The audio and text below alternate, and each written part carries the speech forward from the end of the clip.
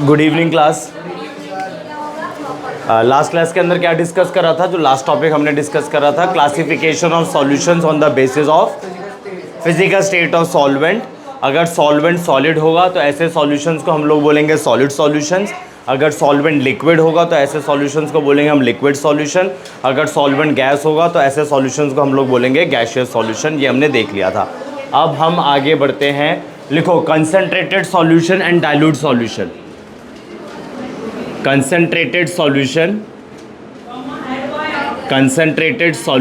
and dilute solutions, concentrated solutions and dilute solution, dilute solution। ठीक है जी, concentrated solutions और dilute solution। For example मैं आपके सामने दो बीकर्स रख लेता हूँ। एक है बीकर ए, ठीक है, एक है बीकर बी। एक है बीकर ए, दूसरा है जी बीकर बी। और दोनों बीकर के अंदर आपने 100 ml डिस्टिल वाटर भर दिया। ठीक है, दोनों बीकर के अंदर आपने 100 ml डिस्टिल वाटर भर दिया।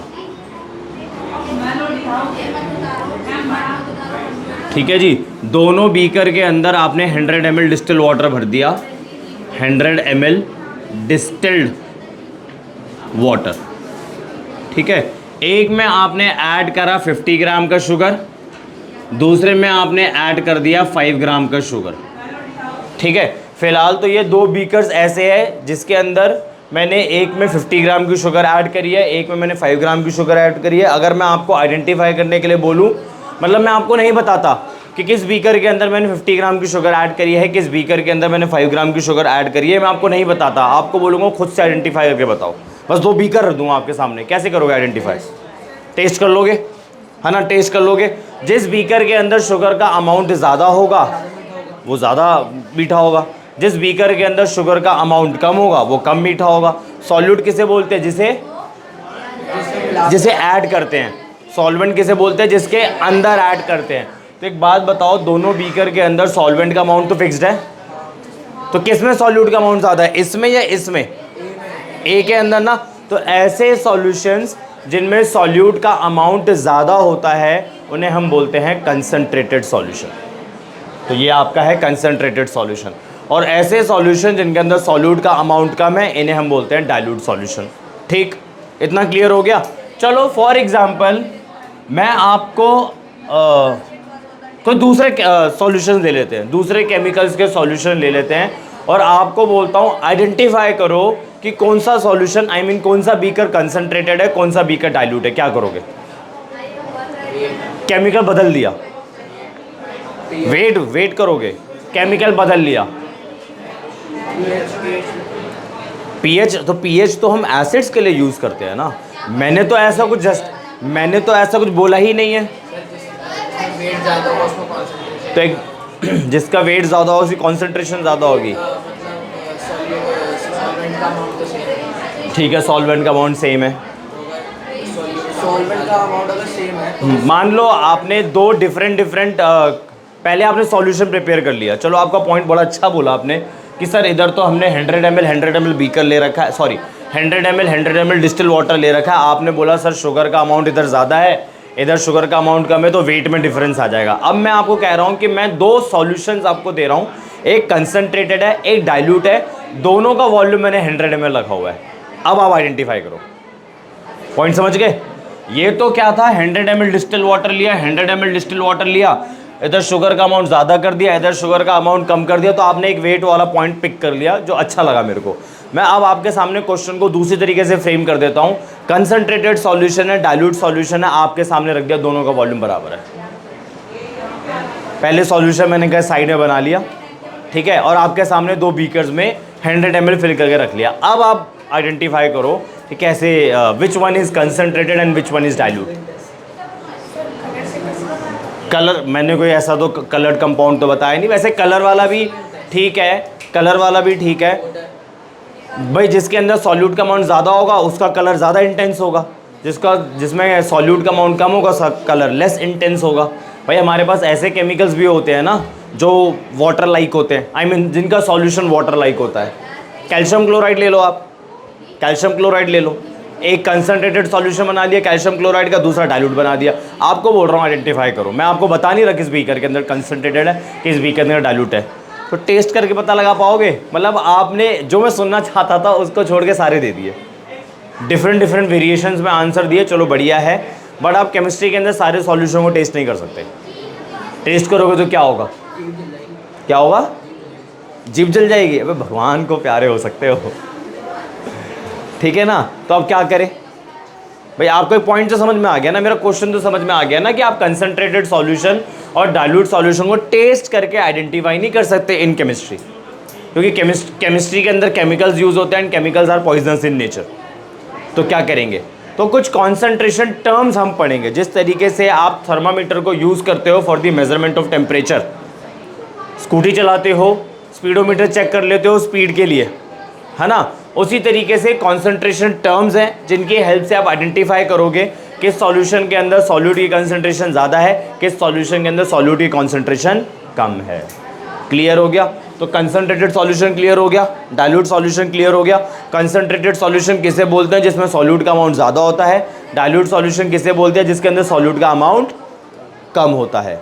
समझ आ रहा है? अब नेक्स्ट हेडिंग है कॉन्सेंट्रेशन टर्म। कॉन्सेंट्रेशन टर्म से पहले कॉन्सेंट्रेशन लिख लो। कॉन्सेंट्रेशन टर्म से पहले कॉन्सेंट्रेशन लिख लो। इसकी क्या डेफिनेशन है? Amount of solute, amount of solute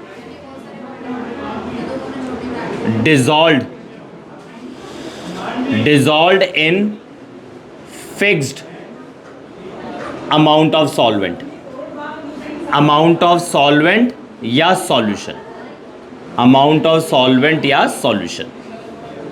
ठीक है जी? फिक्स्ड अमाउंट के सॉल्वेंट के अंदर या फिक्स्ड अमाउंट के सॉल्यूशन के अंदर सॉल्यूट का कितना वेट डिसॉल्व होता है उसे हम क्या बोलते हैं? कॉन्सेंट्रेशन। ठीक है जी? दोबारा सुन लो, फिक्स्ड अमाउंट के सॉल्वेंट के अंदर या फिक्स्ड अमाउंट के सॉल्यूशन के अंदर सॉल्यूट का अमाउंट कितना डिसॉल्व है? ज़्यादा है तो कंसंट्रेटेड सॉल्यूशन, कम है तो डाइल्यूट सॉल्यूशन, इसे हम कंसंट्रेशन बोलते हैं। उसके बाद आ जाएगा कॉन्सेंट्रेशन टर्म्स, उसके बाद आ जाएगा कॉन्सेंट्रेशन टर्म्स। ठीक है जी? तो कॉन्सेंट्रेशन टर्म्स की हेल्प से, कॉन्सेंट्रेशन टर्म्स की हेल्प से आप कॉन्सेंट्रेशन को आइडेंटिफाई कर सकते हो। ठीक है जी? कॉन्सेंट्रेशन टर्म्स की हेल्प से आप कॉन्सेंट्रेशन को आइडेंटिफाई कर सकते हो। इतना समझ आ गया? कहानी समझ में आ रही है? चलो, कॉन्सेंट्रेशन टर्म्स को मेजरली दो ग्रुप्स में डिवाइड करा है, ग्रुप ए, ग्रुप ए, ठीक है जी, और दूसरा है ग्रुप बी, ग्रुप ए और ग्रुप बी। ठीक है जी? दोबारा से बता देते हैं, कंसंट्रेटेड सॉल्यूशन किसे बोलते हैं? ऐसे सॉल्यूशन जिसमें सॉल्यूट का अमाउंट ज़्यादा होता है। डाइल्यूट सॉल्यूशन किसे बोलेंगे? जिसके अंदर सॉल्यूट का अमाउंट कम होता है। फिर मैंने बताया कॉन्सेंट्रेशन, कॉन्सेंट्रेशन का मतलब क्या होता है? फिक्स्ड अमाउंट के सॉल्वेंट के अंदर या फिक्स्ड अमाउंट के सॉल्यूशन के अंदर कितना सॉल्यूट प्रेजेंट है, कम है, ज़्यादा है, उसे हम बोलते हैं कॉन्सेंट्रेशन। फिर मैंने आपको बताया कॉन्सेंट्रेशन टर्म्स जिसकी हेल्प से आप आइडेंटिफाई करते हो सॉल्यूशन की कॉन्सेंट्रेशन। तो कॉन्सेंट्रेशन टर्म्स को दो पार्ट में डिवाइड करा है, ग्रुप ए और ग्रुप बी। जो ग्रुप ए होता है वो वॉल्यूम रिलेटेड कॉन्सेंट्रेशन टर्म होता है, वॉल्यूम रिलेटेड कॉन्सेंट्रेशन टर्म्स होता है। और जो ग्रुप बी होता है वो मास रिलेटेड कॉन्सेंट्रेशन टर्म होता है, मास रिलेटेड कॉन्सेंट्रेशन टर्म, मास रिलेटेड कॉन्सेंट्रेशन टर्म। ठीक है? जो ग्रुप ए होता है वो वॉल्यूम रिलेटेड कॉन्सेंट्रेशन टर्म होता है, जो ग्रुप बी होता है वो मास रिलेटेड कॉन्सेंट्रेशन टर्म होता है। वॉल्यूम रिलेटेड कॉन्सेंट्रेशन टर्म का मतलब है, वॉल्यूम रिलेटेड कॉन्सेंट्रेशन टर्म का मतलब है जिसमें वॉल्यूम भी इन्वॉल्व होगा। ठीक, देखते हैं। यहाँ ग्रुप ए लिखूंगा, यहाँ ग्रुप बी लिखूंगा। ग्रुप ए के अंदर क्या क्या आ जाएगा? ग्रुप ए के अंदर क्या क्या आ जाएगा? एक तो वॉल्यूम फ्रैक्शन आ जाएगा। देखो, वॉल्यूम फ्रैक्शन ना एज सच बुक के अंदर नहीं है, volume fraction as such book में नहीं है। अगर आप देखोगे बुक में आपको वॉल्यूम परसेंटेज मिलेगा, बट मैं वॉल्यूम फ्रैक्शन फिर भी पढ़ाता हूँ, मुश्किल से 1 मिनट ही लगता है एक्स्ट्रा। दूसरा आपका है वॉल्यूम परसेंटेज, दूसरा है आपका वॉल्यूम परसेंटेज, जिनको परसेंटेज V/V से भी डिनोट करते हैं। ठीक है? तीसरा है आपका weight, weight by volume percentage, weight by volume percentage, जिसको परसेंटेज W/V से भी डिनोट करते हैं। चौथा आपका आ जाता है मोलैरिटी। ठीक है, मोलैरिटी के बाद आ जाएगा स्ट्रेंथ। सब में वॉल्यूम इन्वॉल्व होता है, सब में, हम बारी बारी देखेंगे। फिर है नॉर्मैलिटी। ठीक है जी, ये सारी के सारी ग्रुप ए कॉन्सेंट्रेशन टर्म्स है। अब आ जाते हैं ग्रुप बी कॉन्सेंट्रेशन टर्म्स की तरफ। ग्रुप बी कॉन्सेंट्रेशन टर्म्स की तरफ आ जाते हैं। जिस तरीके से यहाँ पे वॉल्यूम फ्रैक्शन था, उस तरीके से यहाँ पर हो जाता है मास फ्रैक्शन। ठीक है जी, मास फ्रैक्शन। इधर हो जाएगा जी आपका मास परसेंटेज। मास परसेंटेज को W/W से डिनोट कर रहे हैं। आ रहा है समझ में? इसमें समझने वाला है क्या? क्लासिफिकेशन ही तो है, इसमें क्लासिफिकेशन है। तो इसमें सब में वॉल्यूम है, volume volume volume volume volume volume होता है सब में। अभी कराऊंगा, सब्र तो करो, अभी तो क्लासिफिकेशन बता रहा हूँ बस। ग्रुप बी कॉन्सेंट्रेशन टर्म्स के अंदर मास फ्रैक्शन आ जाएगा, मास परसेंटेज आ जाएगा, मोलैलिटी आ जाएगा। मोलैलिटी से पहले मोल फ्रैक्शन लिखो। मोलैलिटी से पहले mole fraction, mole fraction, then molality, then parts per million. Parts per million parts, जिसको शॉर्ट फॉर्म में पीपीएम बोलते हैं। ठीक है, किसी इन ग्रुप बी कॉन्सेंट्रेशन के ग्रुप बी कॉन्सेंट्रेशन टर्म्स में कहीं पे भी वॉल्यूम की इन्वॉल्वमेंट नहीं होती है।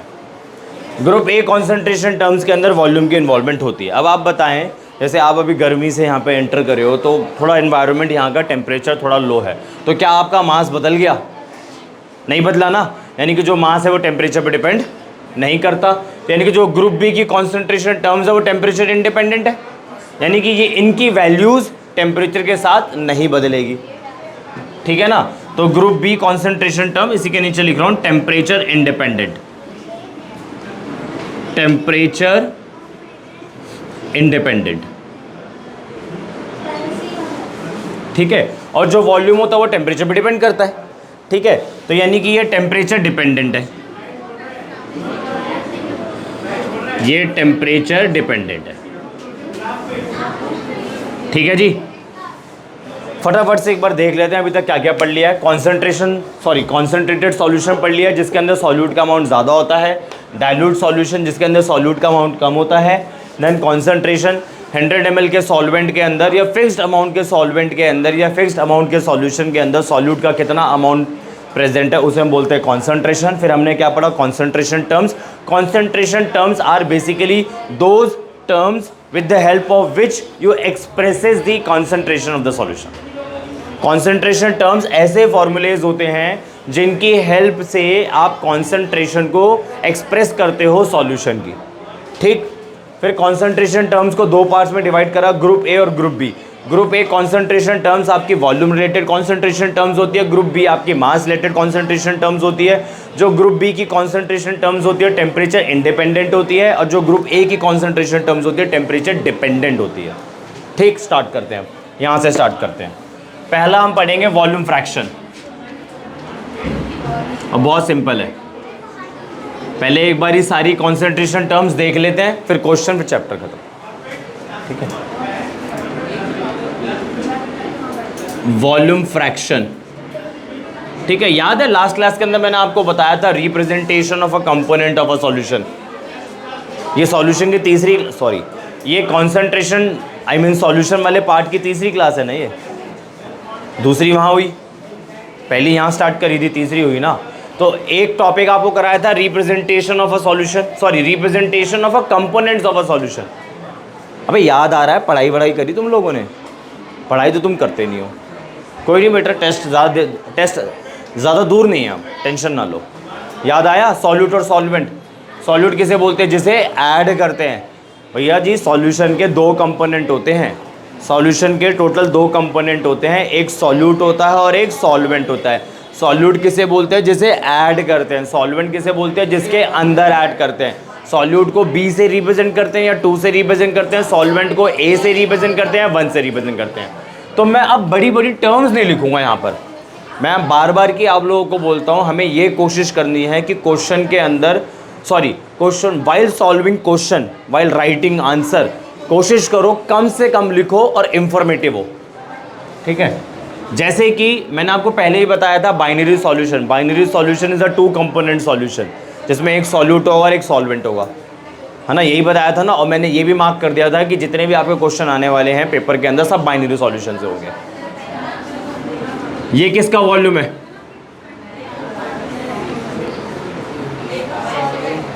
ये सॉल्वेंट का वॉल्यूम है। V stand for volume, A stand for solvent, volume of solvent. अब ये मैं लिख रहा हूं वैसे आपको समझाने के लिए, बट क्वेश्चन करते हुए आप लोग मत लिखना, ठीक है। VB volume of solute, VB volume of solute. अगर मैं आप लोगों से टोटल वॉल्यूम पूछूं, और सॉल्यूशन के अंदर तो 2 ही कंपोनेंट है, अभी बता दिया मैंने। बाइनरी सॉल्यूशन का मतलब होता है 2 कंपोनेंट सॉल्यूशन, यानी कि एक सॉल्यूट एक सॉल्वेंट। सॉल्यूट का वॉल्यूम ले लिया, सॉल्वेंट का वॉल्यूम ले लिया, आपसे टोटल वॉल्यूम पूछ रहा हूँ। तो कि यार शाम बोलो भाई, तुम्हारे को देख के पूछ रहा हूँ, तू भी बोलोगे ना फिर। हाँ जी, VA plus VB, total volume क्या हो जाएगा? इसका वॉल्यूम प्लस इसका वॉल्यूम। अबे तुम लोग ना बोलते कुछ नहीं हो, कोई नहीं बोलोगे, टेस्ट ज़्यादा दूर नहीं है, याद दिलाता रहूँगा बीच बीच के अंदर याद दिलाता रहूँगा। Waiting for this chapter. हाँ जी, पूरा चैप्टर आएगा। मैं 1 हफ्ता दूंगा, जिस दिन ख़त्म होगा उसका जो भी नेक्स्ट संडे होगा उस दिन होगा टेस्ट। जिस दिन भी ख़त्म होगा ये चैप्टर, अब ये हो जाएगा, 4-5 दिन की बातें हैं बस। 2 तरीके हैं मेरे पास, या तो मैं आपको जल्दी जल्दी करा दूँ विदाउट क्वेश्चन प्रैक्टिस। एक तरीका है कि चीज़ें ठीक से चले इंक्लूडिंग क्वेश्चन। आप बता दो, चॉइस इज़ योर्स, जागो ग्राहक जागो। हाँ जी बोलो, कुछ बोल रहे थे आप?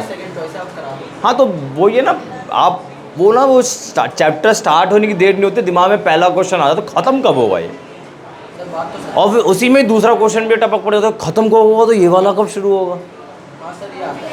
तो वो थोड़ी क्यूरोसिटी होल्ड करो अपनी। वॉल्यूम फ्रैक्शन ऑफ सॉल्यूट कैसे निकालते हैं? बहुत सिंपल है। मेरे पास लेट्स से 1000 रुपीज़ है, मैंने 1000 रुपीज़ में से 500 इनको दे दिया, ठीक है। आप मुझे बताएं मैंने इनको कितना फ्रैक्शन दे दिया? फ्रैक्शन पूछा, आप परसेंटेज बता रहे हो। कुछ यही तो आप लोगों की गड़बड़ है। 1/2 ना कैसे निकाला? 500 को ऊपर रखा, 1000 नीचे रखा। तो अगर आपको, इधर देखो ध्यान से, अगर आपको सॉल्यूट का वॉल्यूम फ्रैक्शन निकालना है तो सॉल्यूट का वॉल्यूम ऊपर रखोगे और टोटल वॉल्यूम नीचे, that is VA plus VB। Clear हो गया? सिमिलरली अगर आपको वॉल्यूम फ्रैक्शन फाइंड करना हो, volume fraction of solvent find करना हो, तो VA जिसका वॉल्यूम फ्रैक्शन फाइंड करना चाहते हो उसका वॉल्यूम ऊपर, डिनोमिनेटर में टोटल वॉल्यूम। ठीक है ना? इसका मीनिंग क्या बनता है कि सॉल्यूशन के अंदर कितना सॉल्यूट प्रेजेंट है in terms of fraction. Solution के अंदर कितना सॉल्वेंट प्रेजेंट है इन टर्म्स ऑफ फ्रैक्शन। कोई यूनिट होगी इसकी? वॉल्यूम फ्रैक्शन की कोई यूनिट होगी?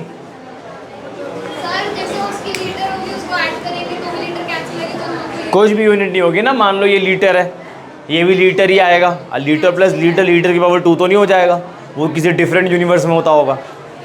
अपनी वाली में तो लीटर प्लस लीटर ही है, ठीक है। Litre plus litre gives litre. तो यहाँ पे कोई यूनिट नहीं होगी, कोई यूनिट नहीं होगी। आप ना हैंग मार जाते हो सुनते सुनते, थोड़ा ना हैंग, तो थोड़ा इंटरैक्ट करा करो। Yes sir, no sir, doubts पूछा करो, कोशिश करो क्लास ज़्यादा इंटरैक्टिव हो। जब ज़्यादा करते जब आप डांट भी देते, तो फिर तो ज़रूरत से ज़्यादा ही बोल रहे थे। क्या क्या बोल रहे थे तो पूछो ही मत। सर ये वाला तीसरा। चलो आगे बढ़े। वॉल्यूम फ्रैक्शन क्लियर हो गया। नेक्स्ट टर्म है volume percentage.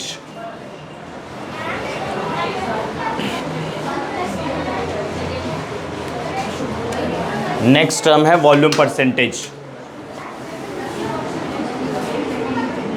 Second is volume percentage.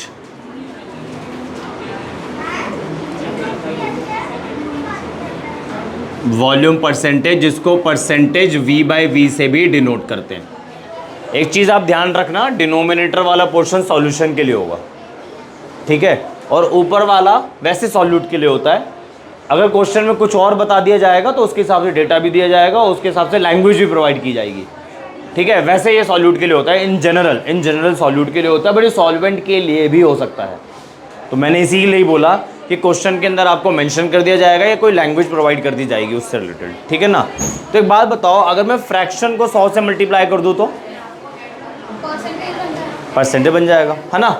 तो अगर आप वॉल्यूम परसेंटेज कैलकुलेट करना चाहते हो तो वॉल्यूम फ्रैक्शन को 100 से मल्टीप्लाई कर दो, आपका ये वॉल्यूम परसेंटेज हो जाएगा। तो अगर आप volume percentage of solute calculate करना चाहते हो तो volume fraction of solute low, volume fraction of solute low multiply by 100। Volume fraction of solute is VB upon VA plus VB multiply by 100। ठीक है जी, कुछ आ रहा है समझ में। उसके बाद सिमिलरली अगर आपको कैलकुलेट करना है volume percentage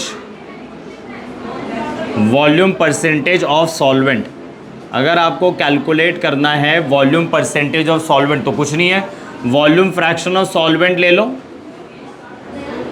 volume fraction of solvent ले लो और उसको आप 100 से मल्टीप्लाई कर दो, ठीक है।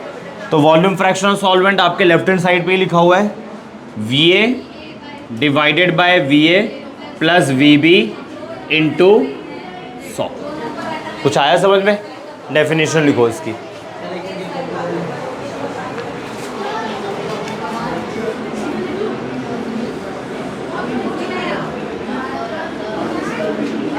Volume percentage may be defined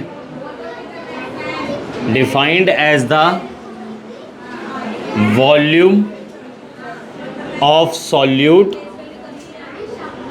in ml present in 100 ml of solution। ये इसकी डेफिनेशन हो गई, आप लिख लो।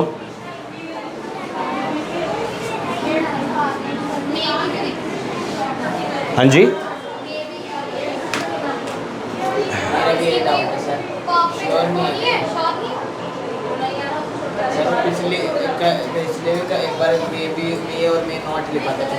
तुम नहीं पूछा था, तुमने पहले भी यही सवाल पूछा था।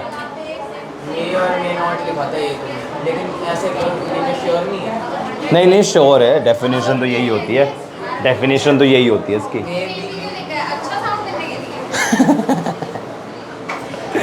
ये तो बहुत खतरनाक सवाल आ गया। अरे कुछ नहीं होगा यार, तुम इतना पैनिक कैसे हो जाते हो। नहीं एश्योरिटी है भाई, 100 गलती हो गई। लो, volume percentage defined as the volume of, हाँ इज, ये लो।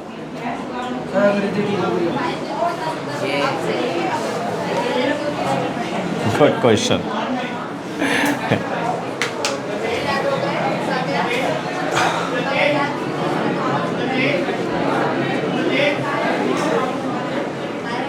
देखो जी, डेफिनेशन सुन लो।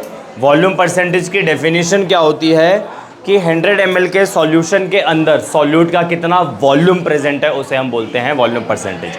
100 ml के सॉल्यूशन के अंदर सॉल्यूट का कितना वॉल्यूम प्रेजेंट है in ml is known as volume fraction of, sorry, volume percentage of solute. Example लेते हैं। For example 10% ethanol solution, 10% ethanol solution, ठीक है। इथेनॉल क्या होता है, मतलब लिक्विड होता है, सॉलिड होता है, गैस होता है। लिक्विड, यहाँ सॉल्वेंट मेंशन करा है? नहीं करा ना। जब क्वेश्चन में सॉल्वेंट मेंशन ना कर रखा हो, आप खुद से क्या पिक करोगे? वाटर। इथेनॉल भी लिक्विड, वाटर भी लिक्विड, लिक्विड इन लिक्विड,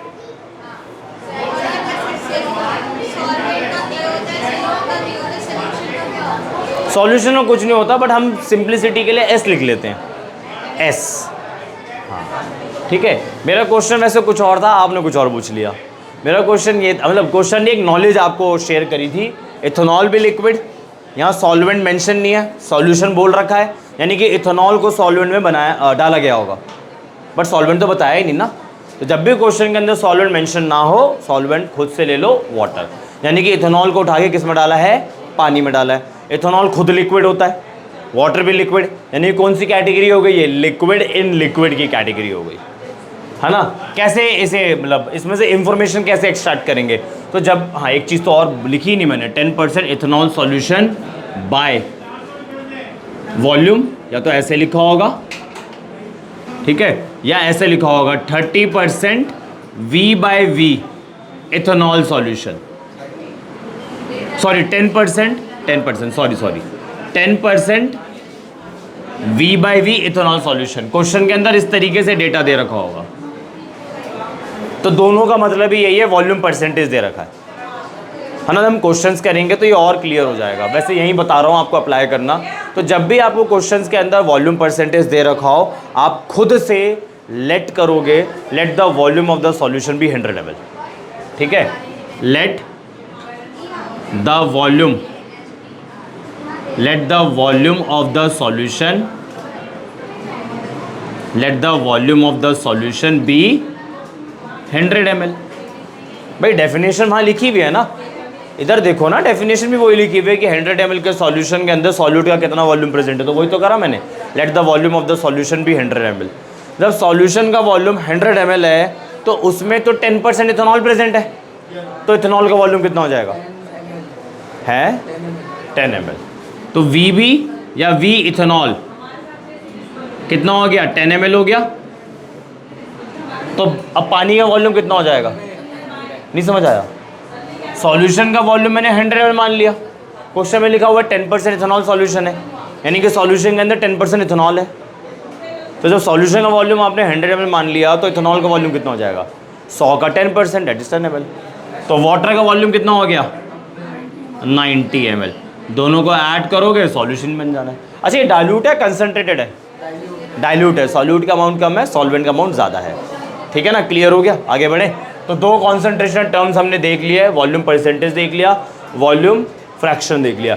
इसके बाद था हमारा weight by volume, third concentration term, percentage W by V, ठीक है, इसको हम बोलते क्या है, वेट बाय वॉल्यूम परसेंटेज, और वेट बाय वॉल्यूम परसेंटेज, ठीक है। इसकी डेफिनेशन क्या होगी, weight of solute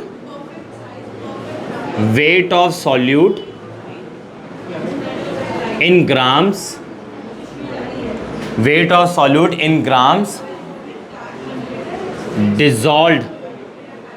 dissolved in 100 ml of the solution, ठीक है ना। 100 ml के सॉल्यूशन के अंदर सॉल्यूट का कितना वेट प्रेजेंट है in grams, I repeat, 100 ml के सॉल्यूशन के अंदर सॉल्यूट का कितना वेट प्रेजेंट है in grams is known as percentage W by V, ठीक है ना। फॉर्मूला क्या बनेगा इसका, फॉर्मूला क्या बनेगा, WB मतलब wait of solute divided by volume of the solution, volume of the solution in ml, volume of the solution in ml, क्योंकि परसेंटेज निकालनी है तो मल्टीप्लाई बाय 100, ठीक ठीक। हाँ, wait of solute in grams dissolve in 100 ml of the solution W by V। हाँ जी madam, एक ये फॉर हमारा टारगेट ये थोड़ी ना कि हमें कोई यूनिटलेस क्वांटिटी निकालनी है। अरे नहीं, मैं यही तो आपको समझा रहा हूँ। हाँ, ग्राम है और लीटर है, हमारे को फाइंड करना है 100 ग्राम में कितना वेट है, कैसे निकालोगे। मुझे अगर फाइंड करना हो कि 100 ग्राम में कितना वेट, ये अलग क्वेश्चन है, पहले वाला मास परसेंटेज का क्वेश्चन भूल लिया मैंने आप लोगों से। मुझे फाइंड करना है कि 100 ग्राम में कितना सॉल्यूट का वेट है, तो कैसे निकालोगे, वेट ऑफ सॉल्यूट को ऊपर रखोगे, जिसमें से निकालना चाहते हो उसको नीचे रखोगे। अरे आप लोग स्कूटी चलाते हो तो स्कूटी की स्पीड क्या आती है, 10 किलोमीटर पर आवर। तो उससे क्या कॉन्सेप्ट लगाते हो आप लोग कि डिवाइड कैसे करेंगे किलोमीटर या आर को। हम तो ये कैलकुलेट करते हैं ना कि 1 घंटे में कितना ट्रैवल कर रहे हो आप। तो इधर भी वही कॉन्सेप्ट है कि 100 ml का मैंने सॉल्यूशन ले लिया, उसमें कितना सॉल्यूट प्रेजेंट है ग्राम के अंदर। हम स्कूटी में बैठेंगे डिवाइड करेंगे, क्या हो गया, हंस क्यों रहे हो। स्कूटी पे बैठ के डिवाइड करेंगे, भाग भाग। होता है यार। ठीक है, चलो 1 1 2 3 डेफिनेशन भी लिखवा दी। दोबारा सुन लो, 100 ml के सॉल्यूशन के अंदर सॉल्यूट का कितना वेट प्रेजेंट है इन ग्राम्स, ये हो जाता है आपका वेट बाय वॉल्यूम परसेंटेज। कैसे कैलकुलेट करोगे, जो भी सॉल्यूट का वेट होगा ग्राम्स में उसको ऊपर रख दो, सॉल्यूशन का वॉल्यूम नीचे रख दो, ml के अंदर 100 से मल्टीप्लाई कर दो, ये वाली कॉन्सेंट्रेशन टर्म आ जाएगी। अगर आप एक चीज़ नोटिस कर रहे हो तो मैंने वैसे पहले भी मैंने आपको बताया था, ये वाला पॉइंट डिनोमिनेटर वाला सॉल्यूशन के लिए होगा। तो देखो आप 100 ml सॉल्यूशन के लिए लिखा है मैंने, और यहाँ पे ऐसी कौन सी क्वांटिटी है जिसकी यूनिट ml है, नीचे वाली सॉल्यूशन, यानी कि इसी के लिए। अरे W और V में किसकी यूनिट ml वाली है, V की है ना, और नीचे डेफिनेशन में सॉल्यूशन भी मैंने ml में लिखा है, मतलब ये डिनोमिनेटर सॉल्यूशन के लिए। सिमिलरली उधर भी डिनोमिनेटर सॉल्यूशन के लिए है और इधर भी डिनोमिनेटर सॉल्यूशन के लिए ही था। तो 3 कॉन्सेंट्रेशन टर्म हो गई। आगे बढ़े, डालो हेडिंग मोलैरिटी। इसका एग्जाम्पल 30% W/V यूरिया सॉल्यूशन। अब क्वेश्चन में सॉल्वेंट मेंशन नहीं है, मतलब वाटर है, यानी कि यूरिया को उठा के पानी में डाला है।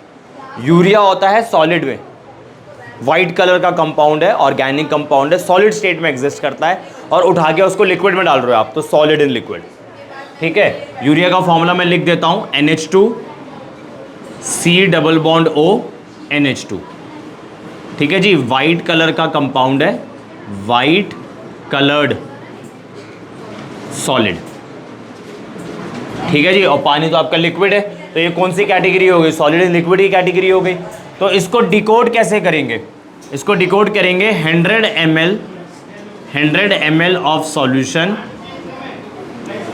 Contains 100 ml solution contains 30 gram of urea.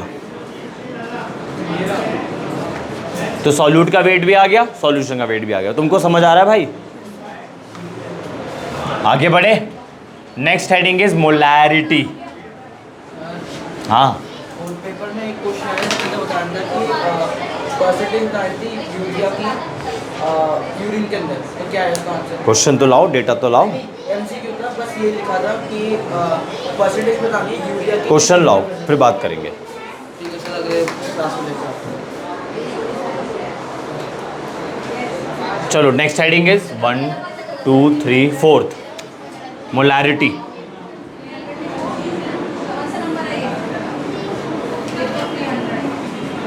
ठीक है ना, कॉन्सेंट्रेशन टर्म्स खत्म करके इनके क्वेश्चन डिस्कस कर लेंगे, फिर आपका चैप्टर खत्म हो जाएगा। ये चैप्टर 7 मार्क्स कैरी करता है, 7 मार्क्स की वेटेज है इस क्वेश्चन पेपर, सॉरी इस चैप्टर की। देखिए कभी आपने वो सिलेबस डाउनलोड करके देखा है, 7 मार्क्स से देखना आप। चलो जी, मोलैरिटी की तरफ चलते हैं। Molarity is defined as number of moles of solute dissolved in 1 liter of the solution। ठीक है जी, एक मिनट आप कॉपी करो।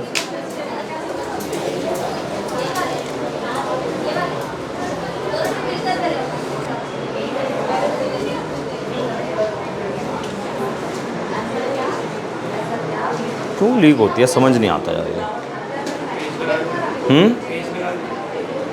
क्या लगा दूँ, कुछ नहीं होगा, हाथ से हट जाती है। मतलब बैग में डाली हुई थी फिर भी लीक हुई है। सर बैग में तो नहीं गिरा, कोई दिक्कत नहीं। हाँ जी, मोलारिटी आप लोगों ने क्या लिखा है? Molarity is defined as the number of moles of solute dissolve in 1 litre of the solution. 1 litre के सॉल्यूशन के अंदर सॉल्यूट के कितने नंबर ऑफ मोल्स प्रेजेंट होते हैं उसे मोलारिटी बोलते हैं। 1 लीटर का सॉल्यूशन लो, उसमें कैलकुलेट कर लो कितने नंबर ऑफ मोल्स सॉल्यूट के प्रेजेंट है, उसे मोलारिटी बोलते हैं। फॉर्मूला क्या बनेगा? Number of moles of solute divided by volume of the solution, volume of the solution in liters। ये फॉर्मूला बनेगा। नंबर ऑफ मोल्स कैसे कैलकुलेट करते हैं? Given mass upon molar mass. ये तो सबसे सिंपलेस्ट है नंबर ऑफ मोल्स कैलकुलेट करना, ठीक है। Given mass upon molar mass. अगर मान लो वॉल्यूम में आपको ml में दे दूं तो आप इसको लीटर में करने के लिए 1000 से डिवाइड करोगे, है ना। अगर मैं V ml में दे दूँ तो उसको लीटर में करने के लिए 1000 से डिवाइड करोगे ना। इसको सिंप्लीफाई करो तो WB upon MB into 1000 upon V ml में। सही बात। मान लो मैं आपको V लीटर में ही पकड़ा दूँ तो यही फॉर्मूला आपका मॉडिफाई हो जाएगा, WB upon MB into 1/V। अब V लीटर में है, ठीक है ना। चलो आगे बढ़े। नंबर ऑफ मोल्स कैसे कैसे कैलकुलेट करते हैं वो जानते हैं। ये आपको पता होगा, इनफैक्ट आपको सब कुछ पता है, आपको याद नहीं आएगा, बस पता सब कुछ है। एक तरीका क्या होता है नंबर ऑफ मोल्स कैलकुलेट करने का? नंबर ऑफ मोल्स कैलकुलेट करने का एक तरीका क्या होता है? एक वॉल्यूम वाला हो गया, 2 हो गए, given mass upon molar mass. एक तरीका तो ये है ना, अरे भूलो। Number of molecules upon Avogadro number. हाँ, एक दूसरा तरीका हो गया given number of molecules upon Avogadro's number. 2 तरीके हो गए। और एक और तरीका हो गया है volume of gas, volume of gas in litres at STP divided by 22.4 litre. But ये वाला तरीका सिर्फ गैस के लिए एप्लीकेबल है ना। ये वाला तरीका सिर्फ गैस के लिए एप्लीकेबल है। हो गया? आ रहा है समझ में? दोबारा सुन लो। मोलारिटी क्या होता है? 1 लीटर के सॉल्यूशन के अंदर सॉल्यूट के कितने मोल्स प्रेजेंट है उसे हम मोलारिटी बोलते हैं। 1 लीटर के सॉल्यूशन के अंदर सॉल्यूट के कितने मोल्स प्रेजेंट है उसे हम मोलारिटी बोलते हैं। फॉर्मूला क्या बनेगा? Number of moles of solute divide by volume of the solution litre. WB by upon MB is the way to calculate number of moles. यहाँ पे आपने V ml में लिया, लीटर में करने के लिए 1000 से कर दिया, सिंप्लीफाई कर दिया। अगर V आपको डायरेक्ट लीटर में ही गिवन है तो ये करेंगे, ठीक है जी। इसके बाद नंबर ऑफ मोल्स कैलकुलेट करने के 2 तरीके और सीख लिए। यूनिट के बारे में बात करते हैं। यूनिट के बारे में, unit of molarity. Unit of molarity या तो आप बोल दो मोल पर लीटर, या आप लिख दो कैपिटल M, या आप लिख दो मोलर। ठीक है जी, क्लियर हो गया। चलो आगे बढ़े। अभी 2-4 चीज़ें और बताऊंगा। संडे भी, और संडे बची कुछ कंसंट्रेशन टर्म्स ख़त्म कर देंगे, पूरी कोशिश है। और मंडे क्वेश्चंस देख लेंगे, डन। तो संडे आपका टेस्ट है, अनाउंस कर दिया मैंने। Next Sunday is your test, ठीक है ना। Maximum marks 30। मिनिमम में पिटाई होगी बता दो सर। यार। मिनिमम मार्क्स का कौन सा पेपर होता है मुझे बताना। Passing marks. पासिंग मार्क्स, आप पास होने के लिए आते हो आप लोग, या पूरे मार्क्स लाने के लिए आते हो? ये ना WWE खेलनी पड़ेगी तुम्हारे साथ। नहीं सर, मैं खुद से अच्छे नंबर लाऊंगा फिजिकल वाइवा में। ठीक है जी। चलो एक बड़ा अच्छा कॉन्सेप्ट आपको सिखाने जा रहा हूँ। आपने याद क्या रखना है? वाटर टैंक आपने याद रखना है। वाटर टैंक, वाटर टैंक आपने याद रखना है, जिसकी डायमेंशंस क्या है? लेंथ है 1 मीटर, हाइट भी 1 मीटर, ब्रेथ भी 1 मीटर, या विथ कह लो आप। ठीक है जी। एक वाटर टैंक आपने याद रखना है जिसकी तीनों डायमेंशन 1 मीटर 1 मीटर 1 मीटर है। 1 मीटर अप्रॉक्सीमेटली इतना ही होता है ना, ठीक है। तो 1 मीटर 1 मीटर 1 मीटर, पानी उसमें आता है 1000 लीटर। ये लाइन आपने याद रखनी है, बस इतना याद रखना है। इसे सारा कुछ इसी से करेंगे। अब इसको अगर आप सिंप्लीफाई करोगे तो क्या हो जाएगा, 1 मीटर क्यूब, ये कितना हो जाएगा 10 की पावर 3 लीटर। ठीक है, 1 लीटर इज इक्वल टू 1/10 की पावर -3 मीटर क्यूब। उल्टा करा, नीचे शिफ्ट कर दिया, सॉरी माइनस नहीं प्लस, तुम भी हाँ हाँ कर रहे हो। सिर्फ एक ये शाम इनका भी सॉफ्टवेयर ना है, वो थोड़ा प्रोसेस कर रहा था डेटा को। 10/3 कर दिया, अब इसको ऊपर शिफ्ट कर दो। ठीक है, 1 रैम बढ़वा लो।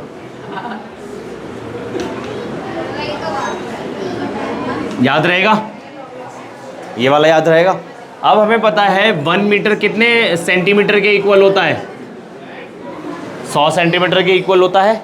समझ में आ रहा है ना, सब जगह 100 सेंटीमीटर डाल दो। 100 सेंटीमीटर, 100 सेंटीमीटर, 100 सेंटीमीटर। पानी तो उतना ही आना है, ऐसा थोड़ी ना है कि आप 1 किलोमीटर को 1000 मीटर बोल दो डिस्टेंस बढ़ जाएगा। डिस्टेंस तो उतना ही रहना है। अरे समझ में आ रहा है तो हाँ हूँ किया करो ना। इसको सिंप्लीफाई करो,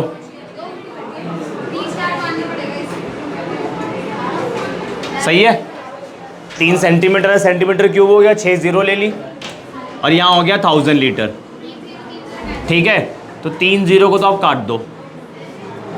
1000 सेंटीमीटर, 1 लीटर को क्या मैं 1000 ml लिख सकता हूँ, तो बची कुछ 3 जीरो भी चली गई।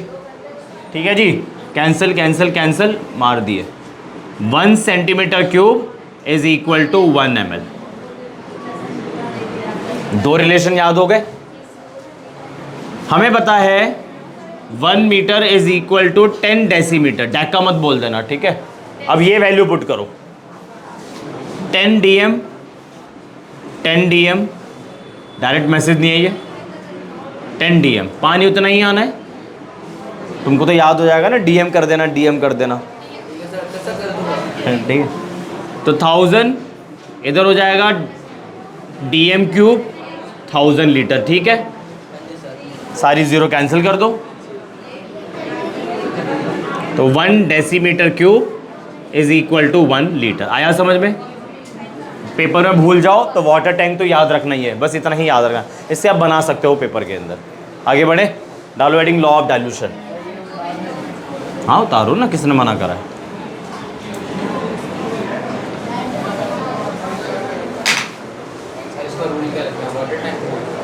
वाटर टैंक नहीं है ये, बेसिकली यूनिट कन्वर्जन है ये यूनिट कन्वर्जन है। तो यहाँ से मैंने स्टार्ट करा है, ये यूनिट कन्वर्जन है। इसके बाद लिखो लॉ ऑफ डाइल्यूशन, बिल्कुल सीक्वेंस में करा रहा हूँ टॉपिक, जैसे जैसे जो टॉपिक आ रहा है उससे रिलेटेड चीज़ें ही बता रहा हूँ। Law of dilution, law of dilution और molarity equation. Law of dilution या मोलैरिटी इक्वेशन भी इसे बोलते हैं, मोलैरिटी इक्वेशन, मोलैरिटी इक्वेशन। ठीक है, देखो मोलैरिटी का फॉर्मूला क्या होता है? Molarity is equal to number of moles upon volume of the solution litre. थोड़ा तेज जा रहा हूँ मैं ताकि चीज़ें जल्दी कवर हो। समझ आ रहा है? बट ये बताओ, आ रहा है समझ में? मोलैरिटी का यही फॉर्मूला था ना, number of moles of solute divide by volume of the solution in litre. एक पॉइंट यहाँ पे बता रहा हूँ, डाइल्यूशन, डाइल्यूशन का मतलब होता है एडिशन ऑफ वाटर। डाइल्यूशन का मतलब होता है एडिशन ऑफ वाटर। ठीक है जी, डाइल्यूशन का मतलब होता है एडिशन ऑफ वाटर। सुनो, अगर आप डाइल्यूशन करोगे, मान लो आपको कोई सॉल्यूशन पकड़ा दिया जिसकी मोलैरिटी m है, नंबर नहीं स्पेसिफाई करा मैंने बस इतना बोला है जिसकी मोलैरिटी m है। 10 हो सकती है, 10 m हो सकती है, 5 m हो सकती है, 4 m हो सकती है, एटसेट्रा, कुछ भी हो सकती है। आपने क्या करा, उसमें वाटर ऐड कर दिया, 50 ml, 200 ml, 300 ml, 2 लीटर, जितना मन करे उतना ऐड कर दो। जब आप वाटर ऐड करोगे तो वॉल्यूम तो बढ़ जाना है। वॉल्यूम जब बढ़ जाएगा तो मोलैरिटी क्या हो जाएगी? कम हो जाएगी। क्या इसमें कोई चेंज आया? अरे मेरे भाई क्या कर रहे हो, तो इसे तो समझ लो, इसे तो समझ लो, मल्टी टैलेंटेड बनो, ठीक है ना। ये खराब हो जाएगा, उसको बिल्कुल फोकस में करना। इसे तो देखो, ये इंपॉर्टेंट है ये, वो तो चलो फिर भी यूनिट कन्वर्जन है, सिंपल सी चीज़ें हैं ये, ठीक है जी। आपने क्या करा, वाटर ऐड करा, वाटर ऐड करने की वजह से आपकी मोलैरिटी क्या हो गई, घट गई।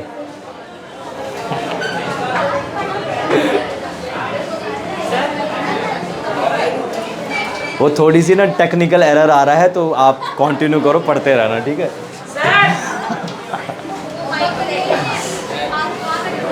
चेक करवाना पड़ेगा, ठीक है जी। वाटर आपने ऐड करा, वाटर आपने ऐड करा, डाइल्यूशन दोबारा बता दीजिए। Dilution means addition of water. तो वो उस दिन नहीं आया।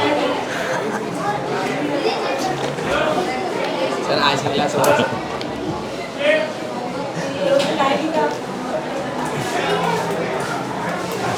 वाटर आपने ऐड करा, ठीक है, डाइल्यूशन हो गया, वॉल्यूम बढ़ गया, मोलैरिटी घट गई। व्हाट हैपेंड, ये ख़त्म करने दो, होने वाला है। जाना सबको एक दिन सबको जाना है। पासवर्ड आगे जाने के बाद ये ख़त्म होने वाला है, जितने देर में आप बोलोगे उतने में ख़त्म कर दूंगा, बस 1 मिनट और दे दो। Dilution means addition of water, आपने वाटर ऐड करा, वॉल्यूम बढ़ गया, वॉल्यूम बढ़ गया तो मोलैरिटी घट ही जानी है, वॉल्यूम बढ़ गया तो मोलैरिटी तो घट ही जानी है, ठीक है ना। घर में आपके आगे 4 बंदे आने थे, शाम के घर में 4 बंदे रिलेटिव्स आने थे, फ़ोन करा कि 4 बंदे आ रहे हैं आप, तो वो इनडायरेक्ट वे में बोलना होता है कि सब रेडी कर लेना 4 बंदों के हिसाब से। डायरेक्टली थोड़ी ना कोई बोलता है, कोई भी रिलेटिव डायरेक्टली थोड़ी ना बोलता है कि भैया ये खरीद के रख देना, बस इनडायरेक्टली बोलता है हम 4 बंदे आ रहे हैं, बाकी अंडरस्टूड होता है। यहाँ से शाम की मम्मी ने शाम को भेजा, जाओ चेक कर कराओ कितने बंदे हैं। अरे मम्मी यहाँ तो 5 आ गए, तो शिकंजी प्रिपेयर कर रखी थी। अब मम्मी ने कहा इतना कौन दोबारा से शिकंजी वगैरह बनाया, उसमें थोड़ा सा पानी ऐड कर दिया, पानी ऐड कर रहा हो तो वॉल्यूम बढ़ गया, वॉल्यूम बढ़ गया तो कॉन्सेंट्रेशन शिकंजी की घट गई, but number of moles, I mean sugar का अमाउंट, सॉल्ट का अमाउंट, लेमन के अमाउंट में कोई चेंज नहीं आया। तो इसी तरीके से जब आप वॉल्यूम को बढ़ाओगे तो मोलैरिटी घट जाएगी, बट एन में number of moles of solute के अंदर कोई चेंज नहीं आएगा। इसको इधर शिफ्ट करो, ठीक है, ये तो कांस्टेंट है, तो m into V is equal to constant, ठीक है। तो अगर m1 v1 कांस्टेंट के इक्वल है, सिमिलरली m2 v2 भी कांस्टेंट के इक्वल है। अब तो तुम बोलोगे यस सच जल्दी, ठीक है। तो जब लेफ्ट हैंड साइड, सॉरी, जब राइट हैंड साइड इक्वल है तो लेफ्ट हैंड साइड भी इक्वल हो जाएगा। m1 v1 is equal to m2 v2। m1 molarity, initial molarity, final molarity, initial volume, final volume. अभी तो सिर्फ फॉर्मूला ही बताया, क्वेश्चंस कहाँ बताया मैंने। क्या हुआ, मुझसे पूछो, मुझसे पूछो क्या हुआ, ठीक है जी। तो मोलैरिटी तक हमने काफ़ी कवर कर लिया है, नेक्स्ट क्लास के अंदर आगे बढ़ेंगे, ठीक है जी। That's all for today. कोई डाउट है तो पूछ लो, अभी बताते हैं।